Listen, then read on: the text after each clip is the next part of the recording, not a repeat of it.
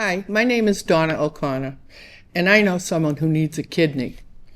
And according to the National Kidney Foundation, there are so many people needing kidneys, and there's thousands of people waiting for a kidney. And I think it's about 90,000 people are waiting for a kidney.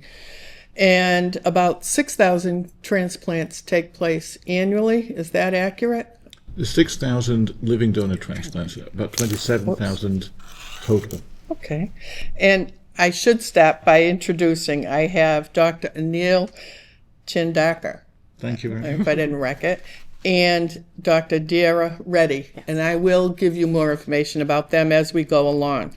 But getting back to my friend, the odds of knowing someone who needs a kidney is great. And if you have that conversation with any of your acquaintances, you'll find out that they know many people also in the same predicament. I've known my close friend since we were in first grade, actually, and her name is Joanne Pasillo Dorico. Joanne is a very kind and very mischievous person, and she is such a busy person. And what did she spend her life doing while she was busy?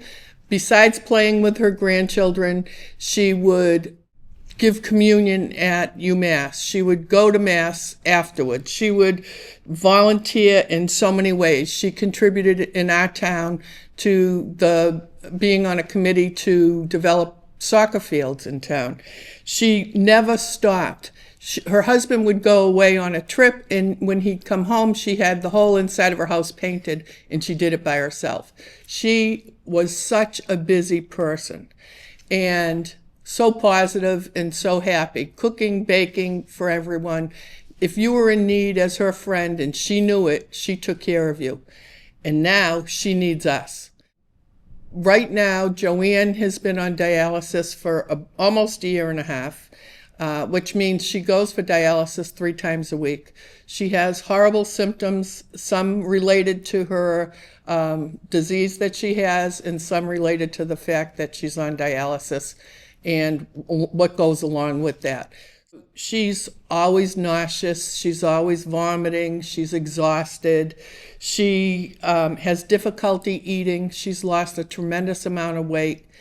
If she has a day where she thinks she feels good, she's out trying to do something. She does not want to sit still.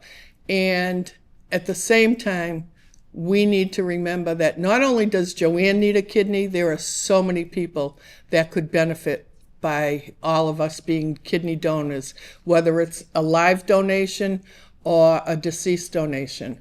And the positive about a deceased donation is you can help 2 people because you have 2 kidneys. So, yes, Joanne needs our help, and she's in what's called renal failure, which is her kidneys aren't working. And so what can we do to help Joanne and to help people in the same situation as her? So, Donna, thank you. I mean, I think Joanne represents, a number of people that we know who have kidney failure. I'm a nephrologist. I'm not a surgeon. I look after patients with kidney disease, and I became interested in transplant for exactly that same reason. Every time I would go and see the patients on dialysis, the first question they would ask is, when am I getting my transplant? Wow. The waiting time for transplant in this country is significant. It's measured in years. We have over 800,000 people with kidney failure. As you said, there are 90,000 people currently on the kidney transplant waiting list, and we need more donors.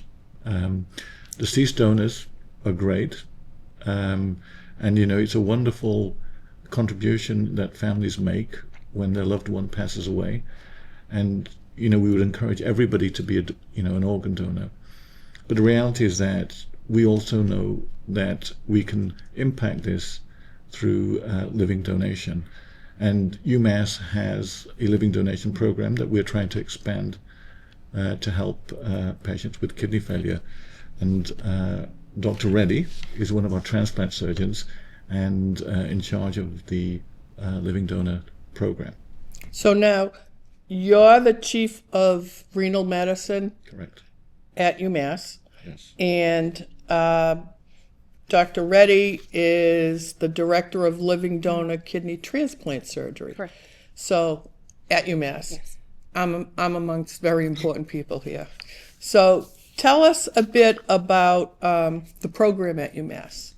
So the program at UMass, I started here about 3 years ago out of fellowship from Pittsburgh. It's an evolving, growing program. We're very committed to our patients.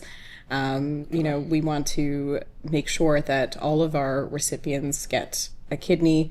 As Dr. Chandrika was saying, it's very sad to see patients on the transplant list that we see yearly, we see in clinic, and they are waiting indefinitely for a transplant. And I think one of the sad statistics is about 3 patients a day die waiting for a transplant. So, it is heartbreaking to know that as a statistic. And so we've actually hit a milestone this year. We've done over 100 kidney transplants total at UMass, which is the highest in the program's history. So we are continuously looking for ways to increase transplants, to increase organ availability to our recipients, whether it is through deceased donation, and we do want to encourage living donation.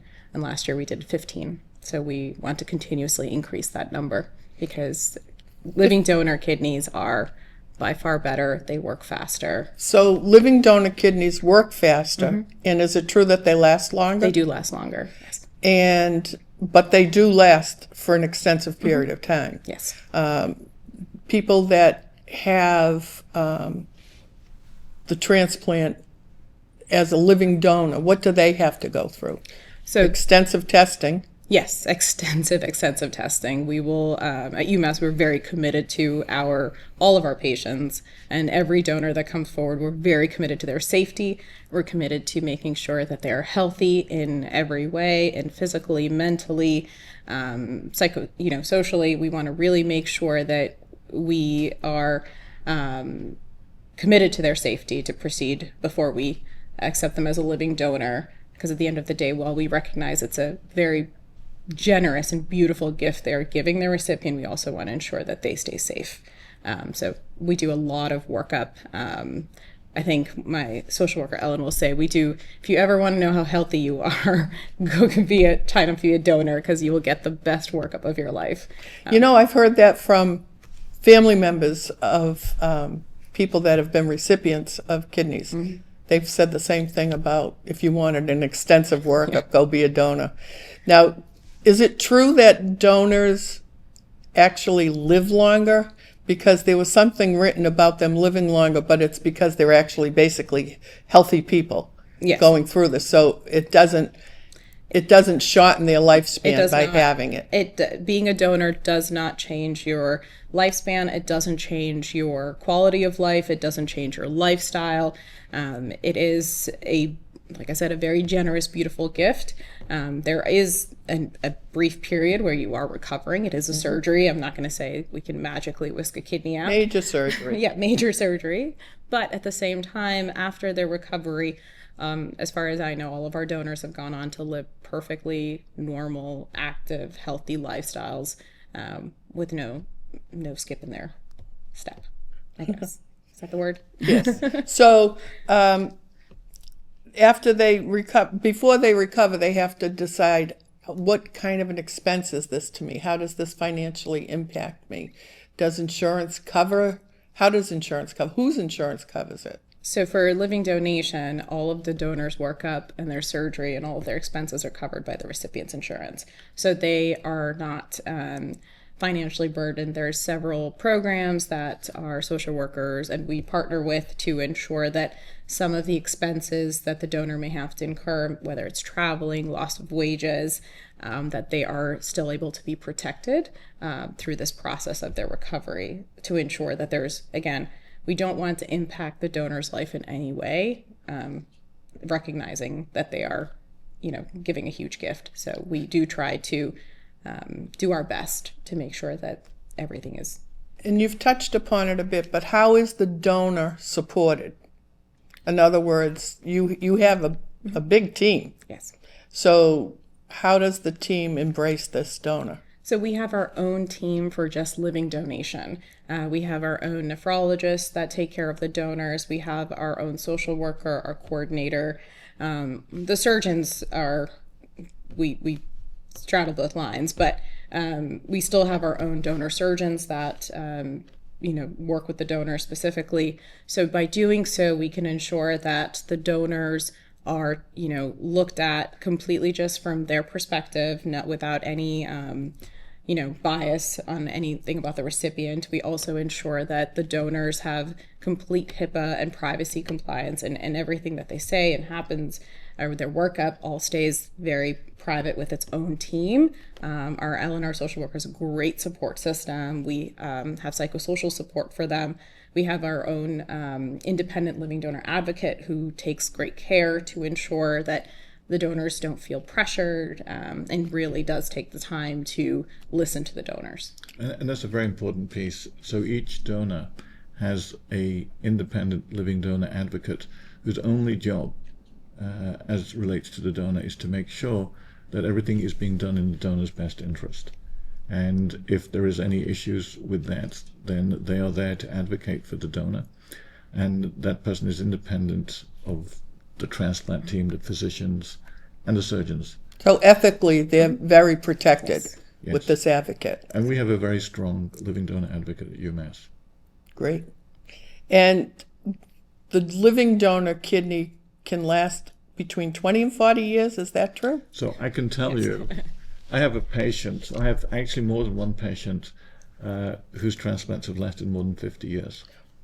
So Really? It is unusual, and you're right, in generally, that we're talking about 20 years plus. But there are people who've done very, very well with living donation. I had a patient whose father donated to him, and the father was still alive at 96, and it was 50 years after donation. Wow. And then a deceased donor, that kidney would last between 8 and 15 years. Is that correct? And the advantage of a deceased donor is someone can donate both kidneys, where one kidney from a living donor. So that two kidneys can take care of two people. So even though living donor is the ideal way to go, you also have the deceased donor, which, who does it hurt? Tell us a little bit about a deceased donor. Yeah, I mean, I think, this is one of the things that you can't take your organs with you. Mm-hmm. These are difficult decisions that families have to make, often, in very sad circumstances when their loved one has passed away. Mm-hmm. And so it is often difficult to think about donation at that time. And, we're very fortunate to have very skilled people, both in the hospital and through the New England Donor Services, who will basically talk to the family about this. But I would encourage everybody to think about this ahead of time and make their decisions known to their families, that if they want to be a donor, they should let their families know, so that should that ever come to pass, that the families will feel that they are honoring the wishes of the individual. And so there is lots of opportunities to increase deceased donation within the country. I think the first one is for everybody to be a donor. When you talked about the number of living donations you've had, did those donors know the person that they were donating to? We've had we've seen several different types of living donors come forward. Most, yes, they are. That's family, friend. Some actually came forward purely because of the recipients doing campaigns and using the social media platform to, let people know that they are sick and need a kidney, and they just saw that, were moved by the story, and came forward to donate. So yes and no, they knew of them but did not know them personally. So purely generous, altruistic people out there. We've also had people come forward who donated completely what we call as a good Samaritan, and donated to a kidney recipient out there. So we've seen a lot of variations from very, very generous people. Amazing. So there are two types of procedures that can be done to remove kidneys. Is that correct, or is it more? There's just one type of So minimally invasive. So here we do what we call minimally invasive living donor surgery, and in that it just means that we use laparoscopic. We're trying to progress to using robotics, and that's in the pipeline at UMass. But right now we do laparoscopic, which means about 3 very small incisions, and one incision that I say is usually the size of the kidney, but it's where, it's a very low incision. It's hidden, not really visible below the bikini line, essentially. So it's very small incisions, very minimally invasive surgery. Surgery takes about 2 to 3 hours, so not even a long case. So we can do everything in a very safe and short amount of time with small incisions. And it's true, we don't do any open nephrectomies, which I think is what you're referring to. Right. It used to be the big, long scar. It takes Right. much longer to heal from. But with minimally invasive nephrectomies, it's really a much safer, shorter, faster recovery. Our donors have gone home within 24 hours. Most of our donors in the Really? past year have had their surgery Tuesdays and are home by Wednesday afternoon. So it's a very short, even in hospital stay. So, what are some of the complications of being a donor? What are the risks, I should say? So, as a surgeon, I will tell you all the risks. But, the biggest risks are there's always a risk of 3 big things that happen with any surgery. There's always a risk of bleeding. There's a risk of, infections that can happen as a risk of, as a result of surgery. There's always a risk of injury to surrounding structures. I always tell my patients, I wish the organ that I was going for was the only thing in your body. It would make my job so much easier, but we do have to move other organs out of the way. And then there's always that very small risk that we tell, since none of us have a crystal ball in our hands, that there is a small future risk of the donor potentially, developing kidney disease. But like I said, most of our donors are very healthy. They maintain healthy, active lifestyles. So most progress very well without any complications. Mm-hmm. So you have to always tell the patient about the potential complications as usual, but you don't see that. No. That's wonderful. What is the National Kidney Registry? The National Kidney Registry is an organization that helps with paired kidney exchange. So if you have a donor and recipient, maybe a husband and wife, maybe a family member, about 1 in 3 of those will be incompatible just by blood group. Just like you have to get compatible blood. If you're blood group A patient, you can't get blood group B blood. The same with kidney transplantation. So there's a number of people who cannot directly donate to the recipient. In situations like this, the National Kidney Registry helps us with doing paired exchange, either swapping from one couple to another couple, or setting up a chain where A gives to B, B gives to C, C gives to D, etc. With these kidney chains, and people may have seen this in the news, there's sometimes 20 cases long and occur right throughout the country. And this kind of coordination is really important. And so you need to have a national organization like National Kidney Registry that will help you with this.